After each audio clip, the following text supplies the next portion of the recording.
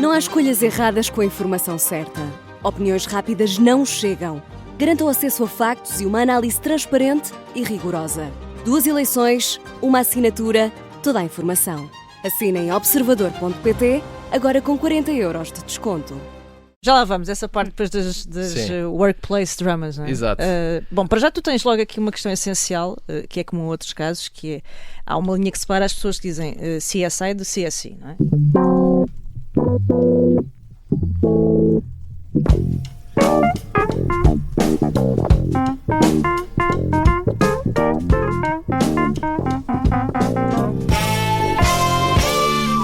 Sejam muito bem-vindos a mais um Pop-Up, um momento radiofónico semanal em que a cultura popular é analisada ao microscópio por estes quase cientistas Maria Ramos Silva, Pedro Buxeri Mendes e também a Susana Romana, que esta semana está aqui no lugar do Bruno Vieira Amaral, que foi atacado por viroses pouco oportunas, as melhoras para o Bruno.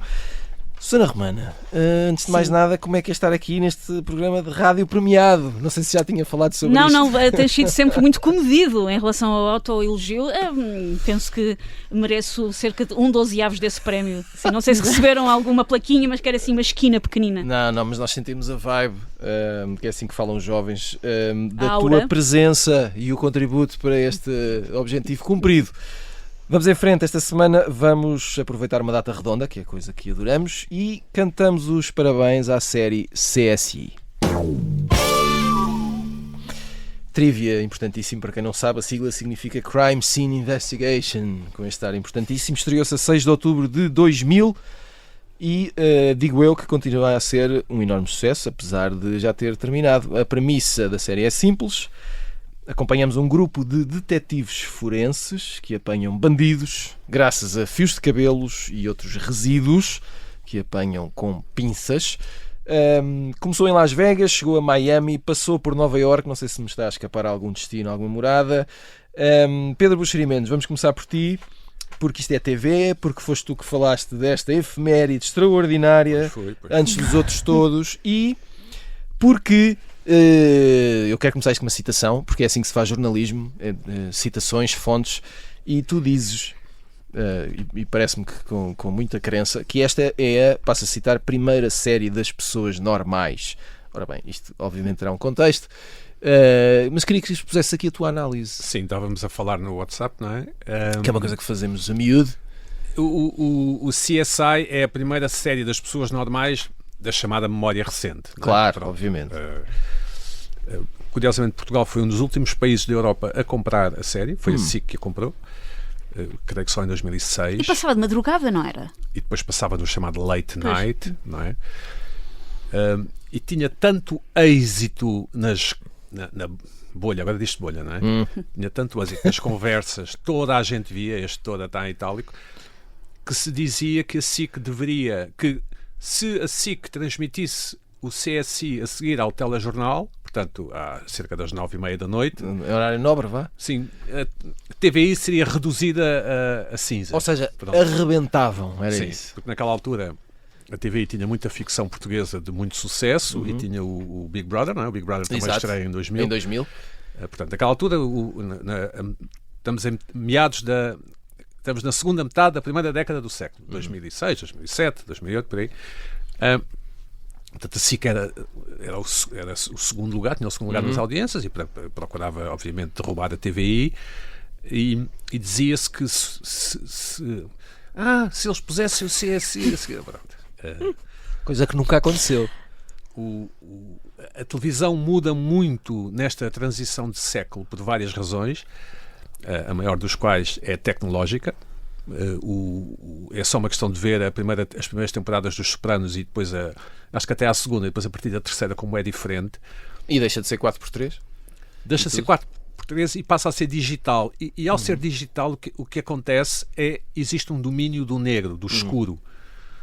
Portanto, as cenas podem ser mais escuras e então a luz, ou neste caso a falta dela, passa a ser um recurso dramático. Exato. O CSI, por exemplo, é uma série bastante escura. Pode ser manipulado, não é? Como os outros elementos. Não, cria um mood, não é? Tu também quando andavas a namorar também criavas um clima, não? Sim. Apagavas a luz e acendias umas velas, não é? Esforçávamos.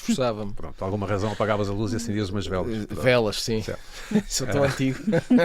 Não é isso, Claro, criar um ambiente romântico não tem a ver com a idade, acho eu. E toda a gente Não era um sabe. candeeiro de IKEA. E as velas é o melhor, sim. Agora a miudagem deve fazer com aquelas coisas que se carregam USB, não é? Deve haver as lanternas dos telefones. USB, sim. Exato. Sim, aquelas luzes que tu nunca tens luz porque tens de carregar a tua luz, que é muito irritante. Pronto.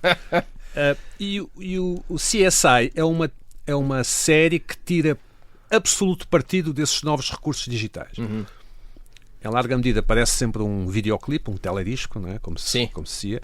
É uma série de televisão jornalista na América. Os Sopranos não eram de televisão jornalista, portanto era vista por milhões de pessoas. Era uma série Case of the Week. Já vamos falar disso na segunda parte. Vamos mais para a frente. E é uma série, eu inventei ontem esta... Vamos a isso. É uma série Scooby-Doo. Ora bem. Pronto. O que é que acontecia no Scooby-Doo? Havia um crime, não é? Um assalto. Era uma investigação, sim. E no fim descobria-se sempre quem era o meliante. E era sempre alguém inesperado. Não sei se lembra. Era um agente imobiliário. Sim, mas tirava-se assim a máscara. E depois tirava-se outra máscara. E esta série CSI, eu acho que merece bem um programa inteiro. É uma série que os espectadores perceberam, as pessoas normais, que não era preciso comer com pauzinhos, não é preciso saber... Daí as pessoas normais, como dizes, é isso? Sim, as pessoas normais são aquelas que... Não tens que ser especialista. E não tens que ser fã, e da conspiração do Lost, e não posso perder, e há umas teorias nos... Sim. Aqueles grupos da internet, como é que se chamavam? Os... Fóruns, sim. As teorias que dizem que aquele avião é uma nave espacial, whatever. Sim. O CSI era só o CSI, quer dizer, no fim do episódio, portanto, 43, 44 minutos depois de ter começado, já sabias quem era o mau, que era o amante, fechava ou era o caso, o... não é? Isso era importante. 2 análises de ADN depois e eles chegavam lá. Pegavam em meio cabelo, analisavam. Isso era fantástico, de facto. De lembrar que os agentes do CSI não eram polícias, mas sim uma espécie de patologistas ambulantes, não é? Sim. Não é bem patologistas. Nota, eu no início disse cientistas. detetives forenses, não porque fui pesquisar, mas foi uma conclusão a que eu cheguei sozinho. Sim, eles não eram polícias. Não eram bofis. Sim, mas são os tipos que vão a seguir, não é? Esta série tem muito... A análise pode ter muitas camadas, podemos ficar aqui a tarde inteira, caso queiras. Teve muitas réplicas e está no Guinness por ser a série que deu, ou que está a dar, ou deu, neste caso em 2014, em mais países ao mesmo tempo. Nomeadamente, como se diz erradamente, 171 países ao mesmo tempo. Muito bem. Portanto, isso é extraordinário. Tens, é quase o mundo inteiro. Aqui tens como eu tinha razão, e é uma série de pessoas normais. Ora bem. Porque acho que há pessoas normais em todo lado. Maria Ramos Silva, eu lá em pessoas normais, tu também és uma pessoa pouco normal, essa é que é a verdade. Posso dizer a toda a gente que nunca viste CSI? Podes. E quando eu digo nunca viste, é nunca viste. Não, quer dizer, tinha noção que existia Não. CSI, acho que é essa a questão fundamental, essa mas é não via, essa é porque outra repara, o história. CSI estreia em 2000, não é? Eu nessa altura tinha seguramente coisas mas mais importantes. Em Portugal não estreou em 2000. Mas mais tarde também tinha coisas mais importantes para Ainda fazer. mais Ainda importantes. mais importantes, sim. Isto é aquela fase, sei lá, de início de faculdade e depois continua, e depois ficas muitos anos, não é? Ui. Naquele ambiente. Ui. E há coisas que te passam É um lá. tempo mas, em que ainda não há boxe. Pronto, também é essa questão. Não, ainda, Se quer te dizer, perdes, acabou o caso. Estavas entre a faculdade e as redações. Pá. Verdade. Pois Vamos ficar. Já lá vamos, essa parte depois das workplace dramas, não é? Exato. Bom, para já tu tens logo aqui uma questão essencial, que é comum a outros casos, que é há uma linha que separa as pessoas que dizem CSI do CSI, não é? É um pouco como HBO, ou estou ali na HBO ou estou na HBO. Mas é relevante, não é? Pedro, concordarás. É como IKEA e... É verdade. IKEA. Há aqui um cisma que é fundamental também para a cultura pop. Depois... Há quem diga IKEA em Portugal. IKEA também, exatamente, sim. E depois eu acho que há uma coisa interessante, este lado forense, mais do que a questão técnica, mas também ligada também a esse upgrade, digamos assim, criou uma série de fenómenos, até do ponto de vista social. Para já uma coisa muito interessante, que aquela ideia do match, não é? Aquilo parece quase um pré-Tinder. Andavam sempre no match, à procura do match, fazer match. E depois sais dali e percebes que também há um boom grande em termos de interesse das pessoas por profissões. Eu acho que houve ali uma série de profissões que foram trabalhadas. Se calhar a nossa escala tiveste miúdos, quero ser inspetor da PJ. Sim. Criminologistas. Sim. Exatamente. E depois tens o outro lado muito interessante, que eu penso também está documentado, sobretudo nos Estados Unidos, que é a própria evolução do crime, porque isto tem um impacto direto e sem querer, ou acabando por querer, as pessoas que estavam em casa a pensar, deixa lá ver como é que eu posso fazer uma coisa sem deixar rastro. Houve muita gente que, é verdade, que aprendeu com isto e, por exemplo, a nível da taxa de violação, creio, houve uma subida substancial nos casos, na capacidade de resolveres o caso, não é? Com o tempo que levava e de poderes resolver aquilo. Muita coisa foi dificultada porque as pessoas passaram a ser um pouco mais espertas, e a realidade é essa. Começaram a pensar como é que eu posso apagar, como é que eu devo apagar os meus vestígios. Portanto, aquelas coisas que nós imaginamos muito clichê, deixa-me cá despejar este ácido para cima e agora não vou deixar, e as impressões digitais, porque de facto o CSI com esta cultura forense abre muito essa caixa de Pandora, não é? E é interessante, portanto, acabou por ter esse lado. Depois também acho que é relevante o tempo em que aparece. É importante não esquecer que coincide e terá apanhado ali também muito boleia de uma fase pós-11 de setembro, em que tudo o que era agentes da autoridade, por assim dizer, a polícia, os bombeiros, não é? Estavam na ordem do dia, e também havia ali muito interesse, aquela questão sempre do investigar, o suspense, o mistério, depois o crime e todas as suas possibilidades. Quer dizer, eu acho que de facto teve um impacto que não ficou só nas séries. Aliás, eu penso que nos próprios tribunais, isso também é referido, aconteceu um caso curioso que é, mesmo quando tu podias dispensar a prova forense, as pessoas sacavam sempre essa cartada perante coisas que eram facilmente resolvíveis a olho nu, quer dizer, mas as pessoas depois tinham, não, tem que se mostrar a prova forense, não sei o quê, e aquilo não era preciso, mas de facto criou-se uma cultura, não é? De repente tu estavas doutor com uma lupa e com o algodão, não é? Como eles chamam a série do algodão e do cotonete, e a averiguar tudo. Portanto, certamente acho que teve um lastro assim ao nível de Game of Thrones, também uma coisa que eu não segui, mas certamente tinha noção do que é que se estava a passar e do impacto que teve do ponto de vista cultural. Mas lá está, mas a Guerra dos Tronos, de acordo com a lei de Buxeri, não é para pessoas normais, porque dá para muita conspiração. Já é outra... Sim, mas aqui eu percebo. E aqui mais do que isso, tem uma coisa que depois tu deixaste de ter, a maior parte das séries, que te obrigam a estar a seguir 7 temporadas, que é casos fechados. Tu de facto podes ver uma série, e se não vês no dia a seguir porque foste fazer outra coisa qualquer, mesmo que não haja boxe, tu podes apanhar a terceira e continuas update. Já vamos falar desse detalhe que é muito importante. Antes, Susana Romana, no meio destas contas, eu não posso dizer que és fã de CSI, mas também não posso dizer que és contra, certo? Não, acho que não sei se há pessoas contra o CSI de maneira geral. Na verdade, também não és contra nada de especial. Pelo menos nada que seja televisionado, não é? Acho que não. Mas estabeleceste alguma relação com esta série? Eu acho que há ali uma determinada geração ou uma determinada faixa de pessoas para quem o CSI era uma espécie de televisão de companhia. Nós associamos televisão de companhia a programas de daytime. Só que os programas de daytime, na nossa cabeça, quando tu tens, sei lá, 20 e tal anos, que é a idade que eu tinha mais ou menos quando o CSI dava, daytime é coisas que vê a minha avó. E esta é uma espécie de televisão de companhia de outra geração, de geração com outros hábitos. Eu lembro-me, lá está, como há bocado perguntei ao Pedro, o programa dava à noite, não era que eu lembro-me de estar, por exemplo, a estudar para coisas da faculdade e a televisão estar ligada e o CSI estar lá a dar. Por isso, a minha relação com o CSI é um bocado... Isso é uma coisa que não obrigava à militância. Eu podia prestar atenção aos episódios, não prestar atenção aos outros. Na verdade, o CSI é a antítese de que hoje em dia são as séries bingeable, séries para fazer maratonas. A série em que tu pegas no primeiro e tens que ver todos até ao fim e de preferência vê-los todos o mais depressa possível para não ter spoilers. A tua relação com o CSI é absolutamente descomprometida. Podes ver uns episódios, não ver outros, confundir um bocado na tua cabeça se estás a ver o Miami, se estás a ver o Las Vegas. Para quem é possível, obviamente que havia pessoas que eram muito fãs do CSI e que acompanhavam e que sabiam tudo mais, mas podias ter uma relação absolutamente desprendida com esta série e ir picando, ir vendo, não era lá, não é? Podias sempre contar com ela quando quisesses voltar. Não te sentes burro se aterras num episódio do CSI da segunda temporada sem nunca ter visto nada para trás. E será que isso desapareceu um bocadinho? Eu acho que desapareceu um bocadinho. Acho que a maior parte das séries hoje, por vários motivos, são feitas para te agarrar pelo pescoço e te prender ali o máximo de tempo possível, porque basicamente o que as plataformas de streaming, e não só, o que compram é a tua atenção, o que compram é o teu tempo. Por isso, para isso não interessa estas séries com as quais tens uma relação assim tão descomprometida. Mas há bocado estávamos a falar do impacto que o CSI teve das profissões que as pessoas queriam ter e tudo mais. E eu, na altura, e parece que agora vou comparar aos bugalhos, mas vou seguir à mesma no meu raciocínio. Vamos em frente. Eu, na altura do CSI, estava a escrever aquilo que eu considero que é o nosso CSI, uma série chamada Inspector Max. E à pala do CSI, houve uma altura que o Inspector Max começou a ter laboratório. E posso dizer, enquanto guionista da série, que as cenas de laboratório eram escritas por pessoas com o Google. Eu não percebia propriamente muito do assunto.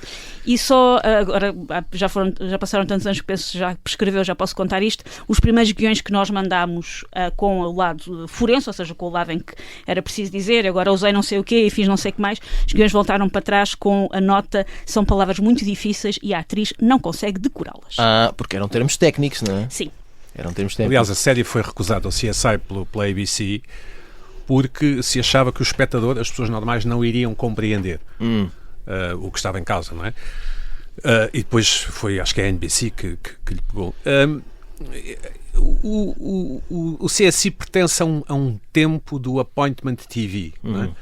Portanto, appointment é hora marcada, Hora não é? marcada. Hora marcada. Claro que nós não era assim, não pensávamos assim, mas as pessoas de facto iam para casa mais cedo ou não saíam de casa nesse dia porque qualquer coisa ia dar na televisão, não é?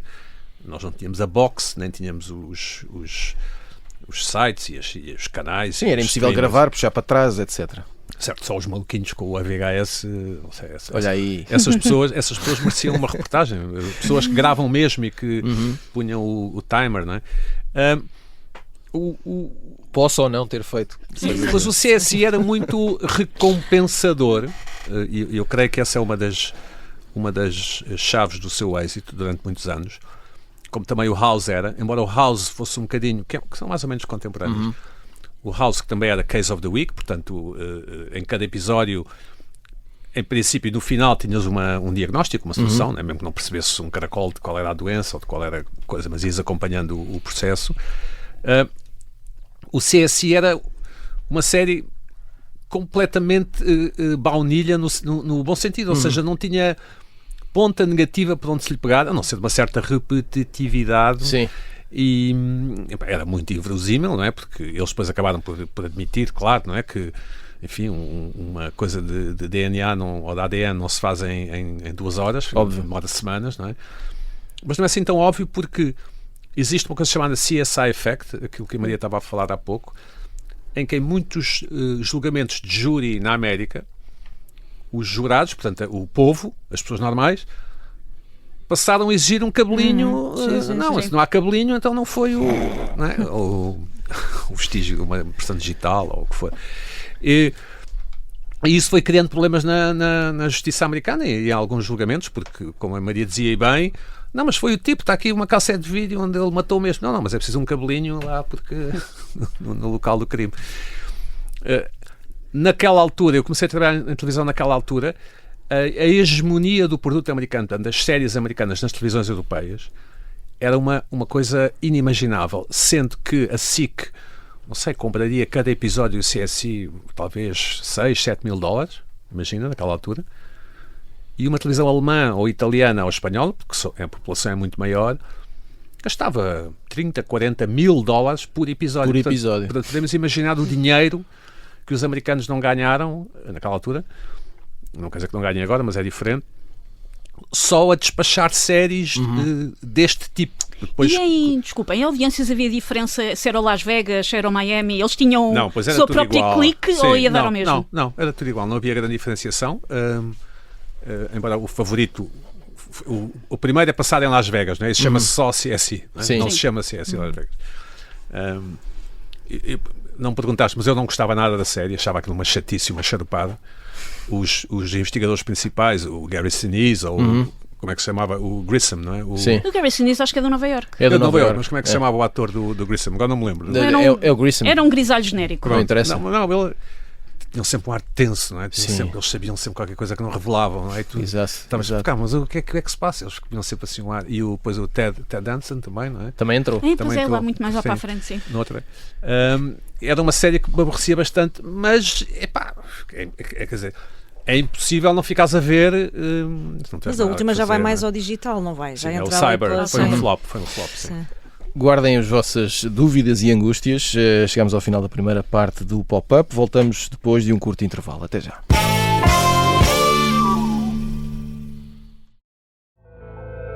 O que é que realmente se passou nas eleições presidenciais de 1986, as primeiras e únicas decididas a 2 voltas? Uma história de truques sujos, acordos secretos, agressões e dúvida até ao fim. Quando ele começou a querer voltar e a candidatar-se, eu disse, não sei se vai ser boa ideia. Episódio 1. Apostamos no cavalo errado. A eleição mais louca de sempre é uma série para ouvir em 6 episódios que faz parte dos Podcast Plus do Observador. É narrada por mim, Gonçalo Weddington, com banda sonora original de Samuel Luria. Os Podcast Plus do Observador têm o apoio da Kia. Estamos de regresso ao Pop-Up com a Maria Ramos Silva, Pedro Buxeri Mendes e também com a Susana Romana, que está aqui entre nós, enquanto o Bruno Vieira Amaral recupera de maleitas passageiras, certamente. Esta semana assinalamos os 25 anos da série CSI, ou CSI. Falamos sobre a dita cuja, mas também sobre outros temas que a rodeiam. Susana, pelo menos há uma coisa pela qual agradece ao CSI, que foi assim que os The Who entraram na tua vida. Sim, eu comecei a gostar muito de The Who porque cada o Las Vegas, lá está que não se chama Las Vegas, o Nova York e o Miami, cada um deles começava com uma música diferente dos The Who, e eu daí fui investigar. Eu sabia que eram os The Who de nome, mas nunca me tinha dado muito ao trabalho de perceber muito bem quem eram, e fiquei a adorar The Who por causa de se ter levado com aquilo no CSI. Não fui ver porque é que eles fizeram esta escolha. Na verdade também não sei, mas eu sempre achei alguma graça, lá está, numa série que eu acho que é bem feita, mas que não é particularmente inspirada. Achei giro terem ido buscar o detalhe de se há uma banda no genérico de um do CSI, é a mesma banda em todos. Achei que era. Mas parece-me mesmo que foi importante para apresentar a banda a uma nova geração. A música criava um mood imediato. Sim, não é? Sim, é verdade. É um clique imediato. Sim. E à pala de ter começado a gostar muito da Who, muito por causa do CSI, vi os da Who, eles estiveram em Lisboa em 2007 eu acho que chamava Pavilhão Atlântico, eu já perdi um bocado a conta de que nome é que aquilo vai ter. Foi. E foi um dos, está para aí no meu top 10 de concertos que eu vi na vida. Adorei mesmo aquele concerto dos The Who. Eu nunca estive no Pavilhão Atlântico com tão pouca gente. Tocaram música do genérico? Tocaram todas, Sim, tocaram. Era uma espécie de... O concerto foi incrível, tocaram os grandes sucessos. Foi em modo best-of, tocaram como se aquilo estivesse cheio, mas o palco do Pavilhão Atlântico vai sendo posto mais para a frente para dar a ilusão de que aquilo está mais cheio. Eu estava quase na entrada, eu nunca vi tão pouca gente no Pavilhão Atlântico e estou até hoje para perceber porquê. Do teleférico. Mas já agora já que estamos a falar de música e do CSI, só um detalhe curioso que me apercebi quando estava a ler algumas coisas do CSI para me preparar para hoje, que é a primeira vez que aparece em televisão como atriz uma senhora chamada Taylor Swift. O seu primeiro trabalho foi num CSI em que fazia de uma vítima de um crime. Falaste da Taylor Swift nestes dias, isto não é por acaso, não é? Desde que vem em novo disco. E que tu queres muito que eu vá ver não sei o que é o cinema. Não quero. Era só uma dúvida existencial que tinha.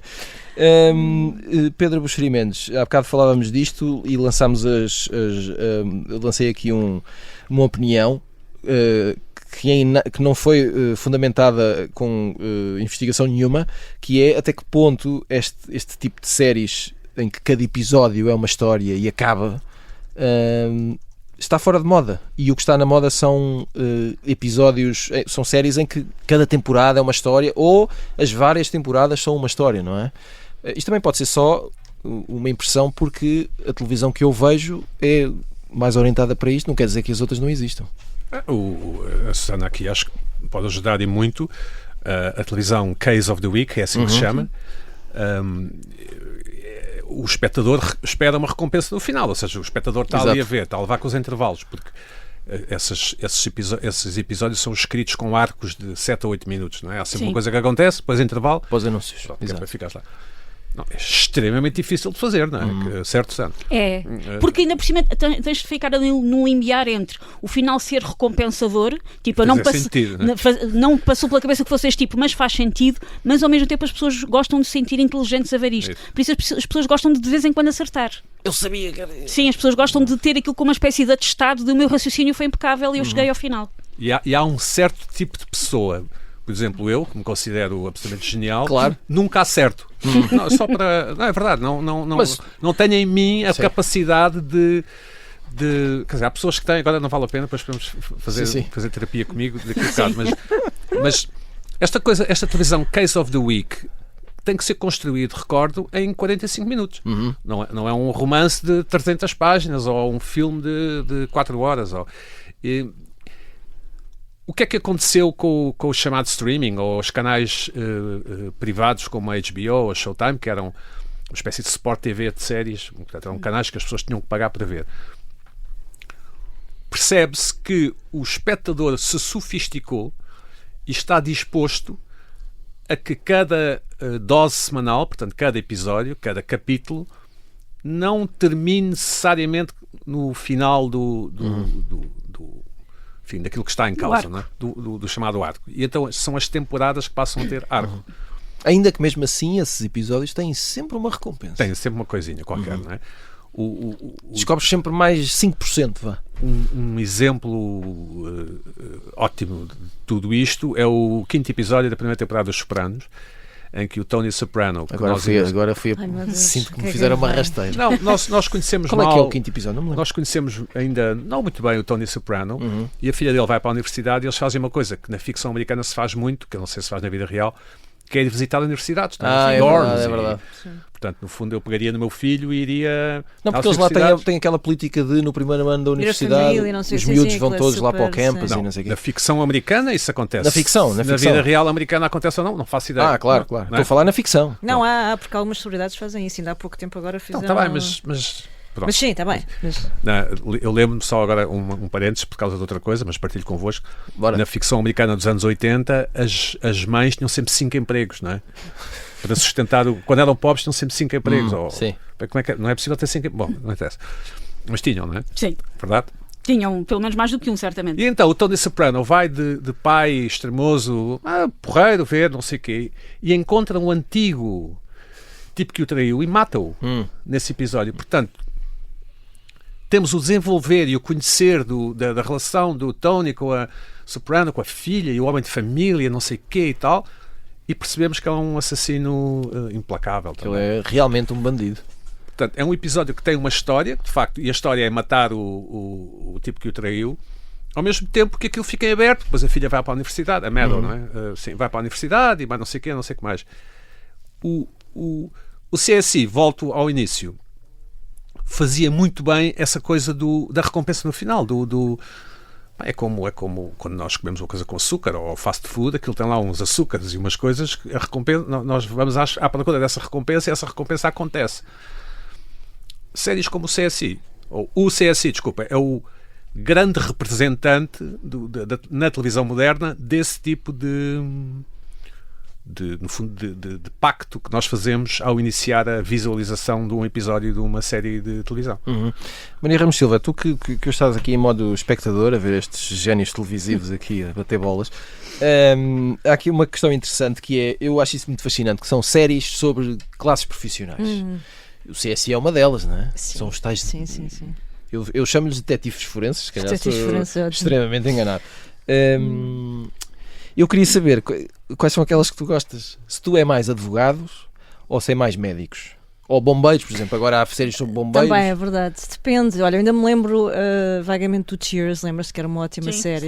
E no Cheers... Sempre que alguém diz Cheers, a canção começa a tocar na minha cabeça. Pronto. E ali sempre que as profissões entram num bar são todas iguais. E eu neste caso também adoto um pouco esse princípio. Eu acho que é sobretudo a forma como a história é contada, não é? Tens ali um conjunto de pessoas que são atiradas para ter ali um lado... Não, gosto de séries, de boas séries que te mostrem bastidores de política, por exemplo. Acho que tenho sempre muitas saudades Chamadas séries jornalistas. Também são séries jornalistas, são sobretudo séries, mas são ótimas séries jornalistas. Quem me dera ter essa ótima série de jornalistas que era o Sim Senhor Ministro. Tenho muitas saudades do Sir Humphrey. Estou a imaginá-lo sentado nestes tempos de diplomacia e cinismo, a comer pipocas e a ir buscar as suas tiradas, muitas delas perfeitamente atuais, o que também é muito desconcertante. Mas sim, o West Wing também, o House of Cards também teve o seu momento ali pródigo. Mas depois outras coisas, séries ainda mais de jornalistas como o Borgen, não é? Que também tiveram muito sucesso entre os jornalistas, de facto, mas que eram boas séries, eu acho que eram boas séries. Mas depois lá Muitos jornalistas portugueses descobriram que não era preciso ter empregada doméstica quando viram a Primeira-Ministra lavar a roupa. Sim, é verdade. Mas olha, mas uma coisa que não foi adotada foi fazer reuniões em pé, que é uma coisa que também dá imenso jeito. Sim. Tanto jornalista que viu o Borgen e ainda assim, não é? Exato, assim, não serviu para nada. Pronto. Mas, por exemplo, no caso dos médicos, eu que estou a seguir o The Pitt, que é uma série atual que gosto muito. Mas quer dizer, eu que vou muito ao médico. Eu que também, infelizmente, também tenho dias em que tenho que ir ao médico. Mas, por exemplo, não achava graça nenhuma a Anatomia de Grey, também não andei a seguir a Anatomia de Grey. Mas o The Pitt já acho, porque acho que lá está, a forma como está contada, mais crua, mais vai ali ao osso, literalmente. E o rapaz também é alto, é grande. Mas nem é por isso, não é pelo elenco, acho de facto aquilo, enfim, acho que sim, é outro ambiente, sim. É outro contexto, sim, não é tanto aquela coisa de líquido doce de pronto, temos aqui uma emergência, mas depois vamos lá borrifar-nos nestas pessoas que estão a passar mal e também não é uma série, não andam sempre no sexy time. Pronto, exatamente. E depois tens para mim uma das melhores séries, que é o Mad Men, não é? Com o mundo da publicidade. Eu acho que vai ser muito difícil alguma vez fazer uma coisa parecida sobre publicitários, a não ser que obviamente tens que sair daquele conceito histórico, não é? Tens que vir para os nossos dias e fazer uma coisa completamente diferente, porque foi muito, muito marcante na época e é uma série belíssima e portanto talvez seja aqui um conjunto de profissionais menos citados, mas também acho que merecem a nossa atenção. As séries de hospital têm duas enormes vantagens. Em primeiro lugar, precisas de sair pouco do sítio, não é? Este The Pitt, por exemplo, é um hospital gigante que eles construíram, precisas sair pouco. Nos tribunais, depois tens que ir ao escritório dos advogados, depois tens que ir ao tribunal, depois tens que vir cá fora comer um cachorro enquanto dizes que não há hipótese de. Não é? É verdade, então, vamos perder. Os cachorros são ótimos. E tem uma outra vantagem que é, num hospital morre-se, nasce-se, apaixonas-te, há rupturas, todo, não é? Exato. Sim, da vida, não é? Portanto, consegues, é a vida, não é? A vida a acontecer. É o Rei Leão da vida real. Susana Romana, eu também queria saber a tua opinião sobre esta questão das classes profissionais, porque para já eu acho que é uma coisa ótima, é um bom cenário, não é? Nem é só isto dos hospitais, é fechar a narrativa, não é? Em termos de escrita, não sei se é mais desafiante, se é mais interessante, se é mais repetitivo. Eu gosto particularmente de uma subcategoria das sitcoms que são as workplace comedies, e eu acho que um dos motivos pelos quais elas resultam tão bem é porque narrativamente o que te interessa é ter grupos de pessoas muito diferentes. E eu sinto sempre que é um bocadinho forçado quando há uma série como, sei lá, um Friends da vida, em que há amigos que são muito diferentes uns dos outros, como se nós todos fôssemos amigos de pessoas que veem a vida radicalmente de maneira diferente de nós.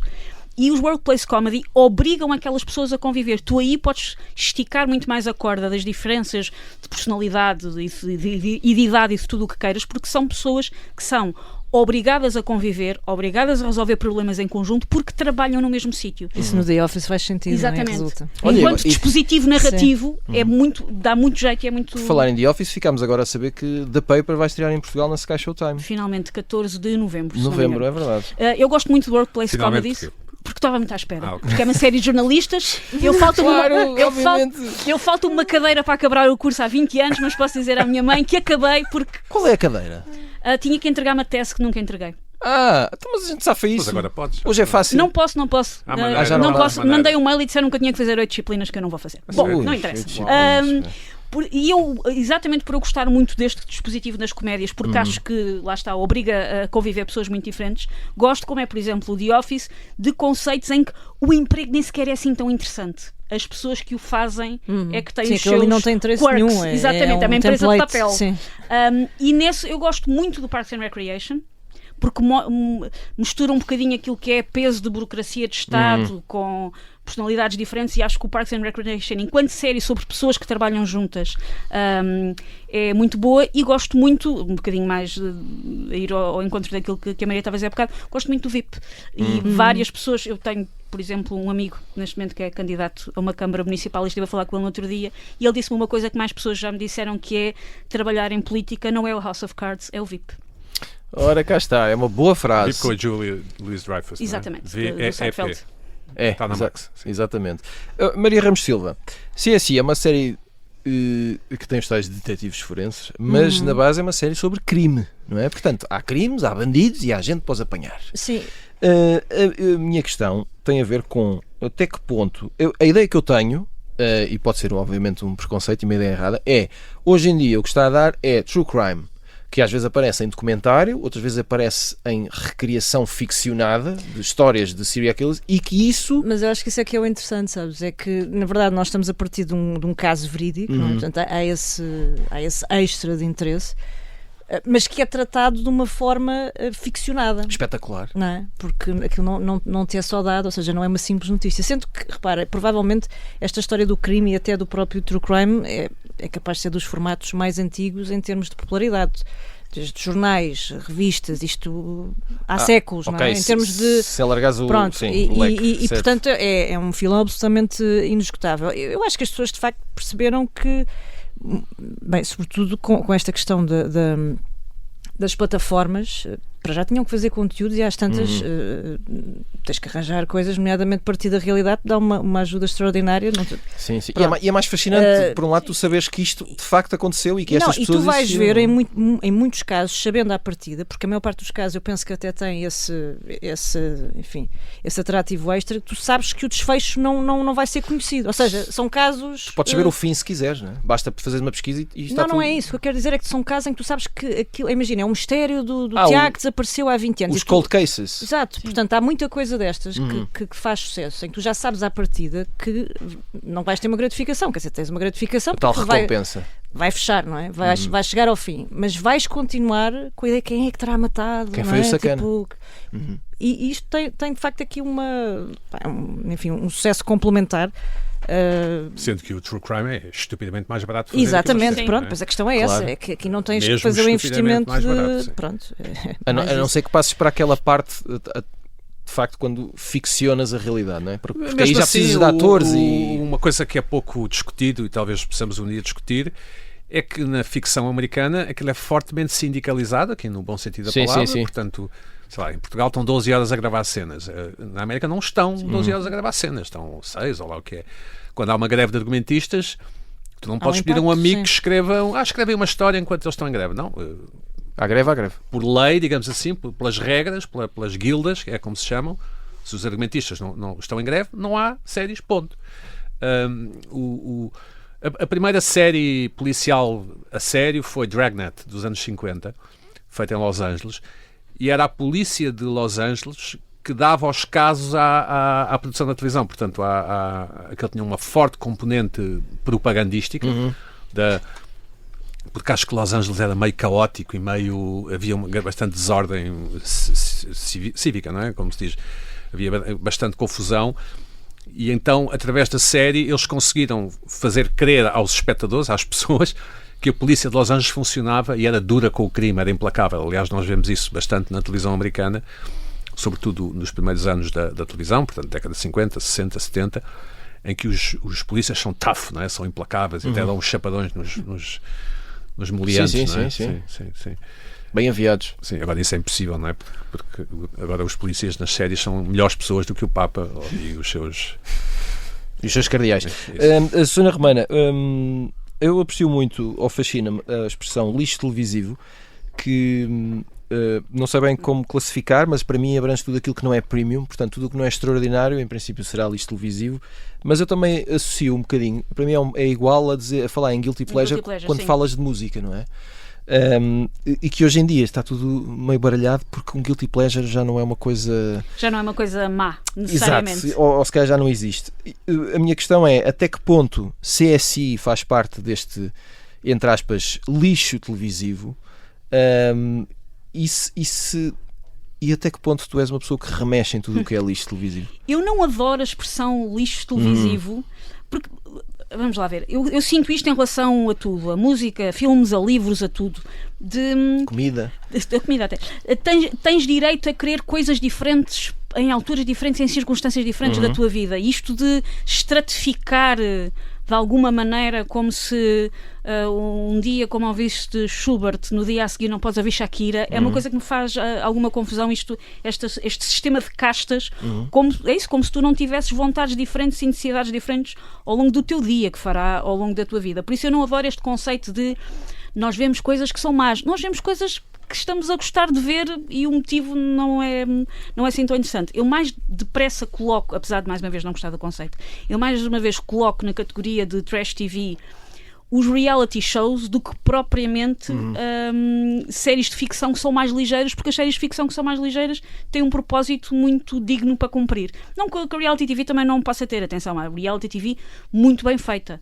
A versão da BBC do Traitors, por exemplo, é televisão muito bem feita. É possível fazer reality TV muito bem feita. Depois também há, mas eu aí não coloco o CSI também nessa categoria, há o hate watch. Há coisas que tu começas a ver, achas que aquilo não é muito bom, só que é o chamado dá a volta. Começa-te a dar gozo aquilo não ser assim tão bom. Um exemplo que tu tens recente de uma série que aconteceu isso era a continuação do Sexo e a Cidade, o And Just Like That, que era visto por pessoas, sobretudo para dizerem mal da série. Pessoas essas que ficaram de coração partido quando depois acabaram com a série. Porque tanta coisa que não gostavam, mas na verdade iam retirar ali algum tipo de conforto. E isso faz-me alguma confusão que tu tenhas que estratificar as tuas necessidades de consumo de entretenimento dessa maneira. Muito bem, meus amigos, chegamos aqui ao final de mais um Pop-Up. Voltamos na segunda-feira em podcast, já sabem, vamos trazer as sugestões da semana. Sigam-nos nas vossas plataformas favoritas e não percam nenhum episódio. Até lá.